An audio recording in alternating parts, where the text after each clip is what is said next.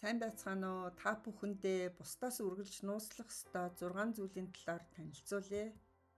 Нэгдүгээрт нь зориг төлөвлөгөөгөө хүн бүртээ бүх хуваалц гэжээ.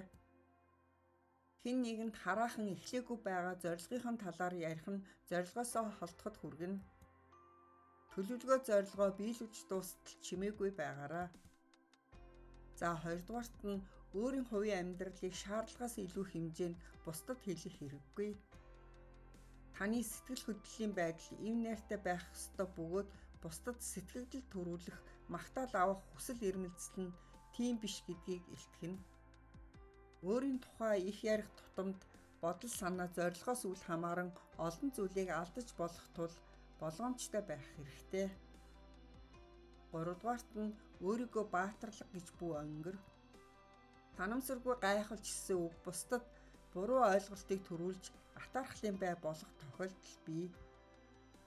Хэн нэгэнтэй харьцахдаа гаргасан амжилт нь танигдсан тохиолдолд зохих ёсоор шагнагдах болно. Үргэлж нууцлах ёстой зүйлийн дөрөвдүгээрт нь хэр их гэгээрсэн гэдгийг хизээч бүү зарлал. Таны эргэн тойронд байгаа хүмүүст хэрэгтэй үед л мэдлэгээ илчлээрэй. За тавдугаарт нь сонссон таагүй зүйлээ бүү яриарай. Энэ нь хувцас бохирдуулж болохын адил та оюун ухаанаа бохирдуулж чадна. 6-дугаарт нь гэр бүлийн зөрчил асуудлын талаар хизээч бүү ярь.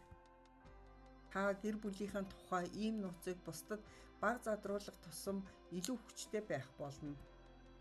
Ийм асуудлыг зөвхөн гэрийнхээ хувийн нууцад ойр дотны хүмүүсийнхээ хооронд шийдэж болох юм.